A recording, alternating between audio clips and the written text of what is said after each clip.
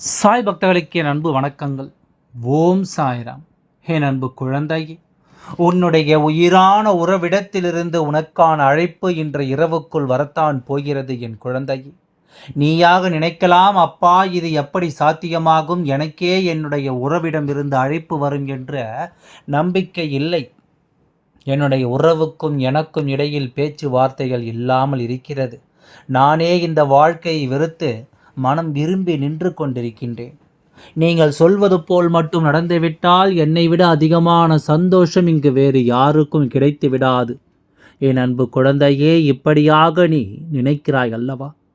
உன் மனதில் உள்ள எண்ணங்கள் எல்லாம் உன் அப்பாவிற்கு தெரியாமல் இல்லை என் குழந்தையே. இன்று நான் உனக்கு தர இருக்கின்ற இந்த வாக்கில் உன்னுடைய வாழ்க்கையானது மீண்டும் பழைய நிலைக்கு திரும்பத்தான் போகிறது.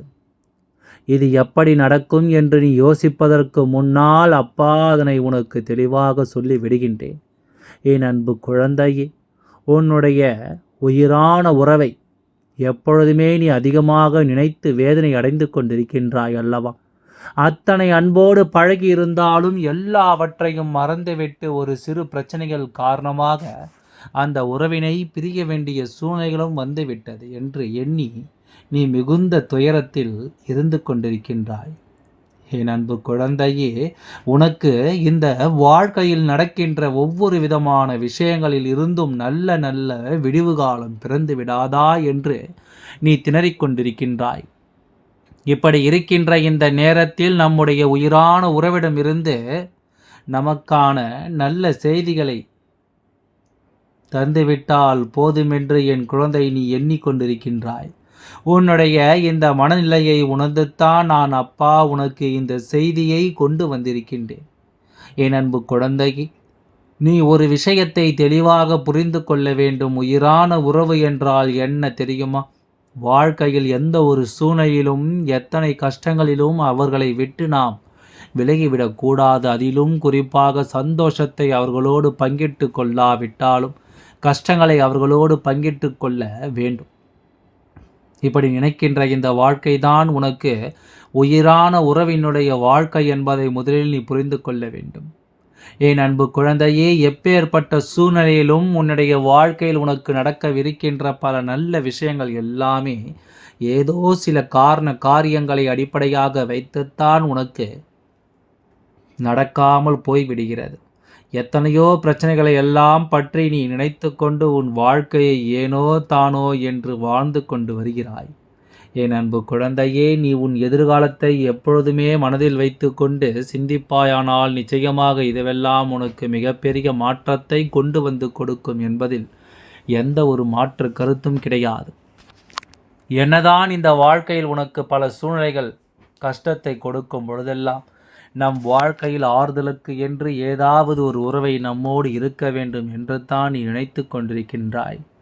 ஆனாலும் அப்படிப்பட்ட உறவு உனக்கு உண்மையாக இருக்க வேண்டும் அல்லவா? அதுவும் நீ விரும்பக்கூடிய அளவில் அவர்கள் இருக்க வேண்டும் அல்லவா? உன் மீது அளவுக்கு அதிகமான அன்பும் பாசமும் நம்பிக்கையும் வைத்திருக்க வேண்டும் அல்லவா? இப்படிப்பட்ட ஒரு உறவு மட்டும் இருந்துவிட்டால் போதுமே, இந்த வாழ்க்கையை என்னை விட யாராலும் மகிழ்ச்சியாக அனுபவித்து வாழ்ந்துவிட முடியாது என்று நீ நினைத்து கொண்டிருக்கின்றாய். நீயாக நேசித்த ஒரு உறவு உன்னை விட்டு பிரிந்து செல்லும் பொழுது இதற்கு மேல் இந்த வாழ்க்கையில் என்ன இருக்கிறது என்று தான் உனக்கு நினைக்க தோன்றுகிறது. இதற்கு மேல் வாழ வேண்டுமா என்று தான் உன்னிடத்தில் அதிகமான எதிர்மறையான எண்ணங்களும் வந்து விடுகின்றது. இதற்கு ஒரு முடிவு கிடைத்தால்தான் எனக்கு சந்தோஷமாக இருக்கும் என்று என்னிடத்திலேயே வந்து நீ கேட்டுக்கொண்டாய் அல்லவா? அப்பா உடனடியாக உன் பிரச்சனையை தீர்த்துவிட வேண்டும் என்று தான் நினைக்கின்றேன். ஆனாலும் அதுவெல்லாம் தீராததற்கு ஒரு காரணம் இருக்கிறது. அது என்ன தெரியுமா? என் அன்பு குழந்தையே, ஒன்றாக சேர்ந்திருக்கின்ற உறவுகள் உண்மையான அன்பினை எப்பொழுதும் புரிந்து கொள்வார்கள் தெரியுமா?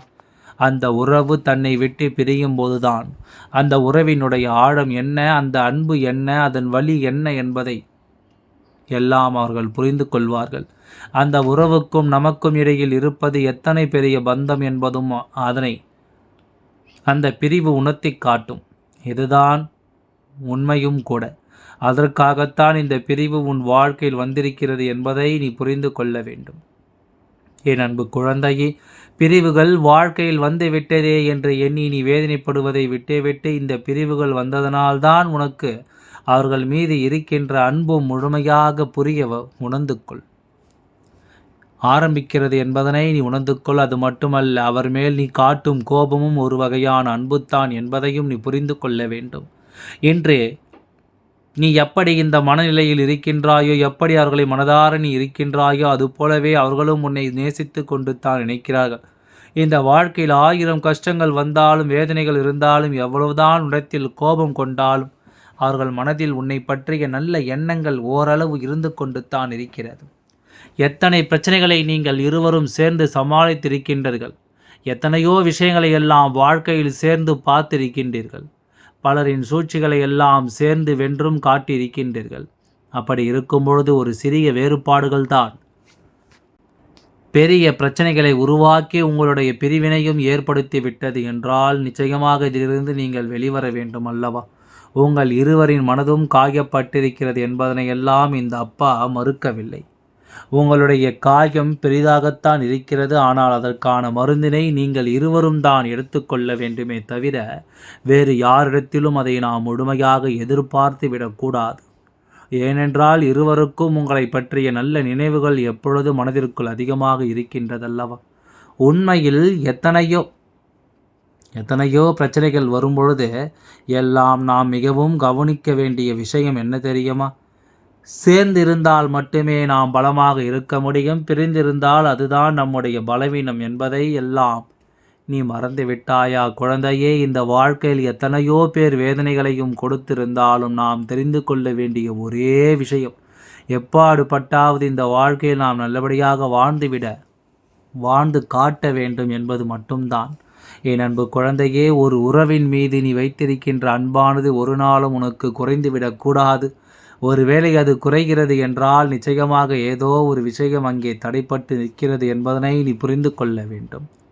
உன்னுடைய உயிரான உறவுக்கும் உனக்கும் இடையில் இருக்கின்ற இந்த வாழ்க்கை பிரச்சனை என்பது தீர்க்கக்கூடிய பிரச்சனைதான்.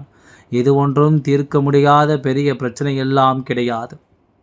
சில நல்ல நல்ல நினைவுகளை எல்லாம் நினைத்து பார்த்தால் அந்த நேரம் நாம் செய்தது எத்தனை பெரிய தவறு என்பது உனக்கே புரிய வரும். இது போன்றவை எல்லாம் வாழ்க்கையில் நடக்கும் பொழுது ஒருவருக்கொருவர் விட்டு கொடுத்து உன் துணை கஷ்டப்பட்டு கூடாது என்றும், அவரால் நீ கஷ்டப்படக்கூடாது என்றும் ஒருவருக்கொருவர் அன்பு செலுத்தி பழக வேண்டும். எந்த ஒரு விஷயத்தை நாம் வாழ்க்கையில் மாற்ற வேண்டும் என்று நினைத்து கொண்டிருக்கின்றோமோ அந்த விஷயம் நம்மால் மனதில் அதிகமாக பதிந்து அதையே நாம் சிந்தித்து கொண்டு அதற்கான முயற்சிகளை எடுக்கும் பொழுது அது நம் வாழ்க்கையில் அப்படியே நடந்துவிடும் என்பதனை நீ மறந்து விடாதே. உன் வாழ்க்கையில் உனக்கு மிகப்பெரிய நம்பிக்கையும் துணிச்சலையும் தைரியத்தையும் இந்த சாயப்பா கொண்டு வந்து கொடுக்கப் போகிறேன். அது மட்டுமல்ல, நீ இன்னொரு விஷயத்தை உனக்குள்ளே பழகி கொள்ள வேண்டும். அது என்ன தெரியுமா? உன்னிடத்திலேயே புன்னகையும் மௌனத்தையும் நீ எப்பொழுதும் வைத்திருக்க வேண்டும். ஏனென்றால் பல பிரச்சனைகளை எல்லாம் கடந்து வருவதற்கு இந்த இரண்டுமே உனக்கு ஆயுதங்களாக பயன்பட போகின்றது. உன்னுடைய அழகான புன்னகை என்பது பல பிரச்சனைகளை உனக்கு தீர்த்து வைக்கும். அதே சமயத்தில் உன்னுடைய மௌனம் என்பது பல பிரச்சனைகளை உனக்கு மீண்டும் வராமல் தடுத்துவிடும். சரியான இடத்தில் நீ சிரித்து விட்டாலே சில பிரச்சனைகள் எல்லாம் காணாமல் போய்விடும். உன் முகத்தில் இருக்கின்ற அழகான புன்னகை ஒட்டுமொத்த மனநிலையை மாற்றிவிடும். அதனால் பிரச்சனைகள் எளிதில் முடிந்து விடுவதற்கும் வாய்ப்புகள் இருக்கிறது. அதே சமயத்தில் உன்னுடைய மௌனத்தை பலருடைய பிரச்சனைகளை சமாளிப்பதற்கு, அந்த பிரச்சனைகள் உன்னை நோக்கி வரவிடாமல் தடுப்பதற்கு, உன்னை சோதித்து பார்ப்பவர்களுக்கும், உன்னை தீண்டி கோபமடைய செய்பவர்களுக்கும் எல்லாவற்றையும் தாண்டி நீ உன்னுடைய வேலை என்னவோ அதை மட்டுமே நீ செய்து கொண்டு மௌனமாக கடந்து சென்று விட்டால் எப்பேற்பட்ட கஷ்டங்களும் உன் அருகில் வந்து நிற்பதற்கு கூட சக்தி இல்லாமல் வலுவிழந்து சென்றுவிடும். அதனால் இந்த இரண்டையும் நீ எப்பொழுதும் உன் வாழ்க்கையில் பயன்படுத்த வேண்டும் என்பதை மறந்து விடாதே.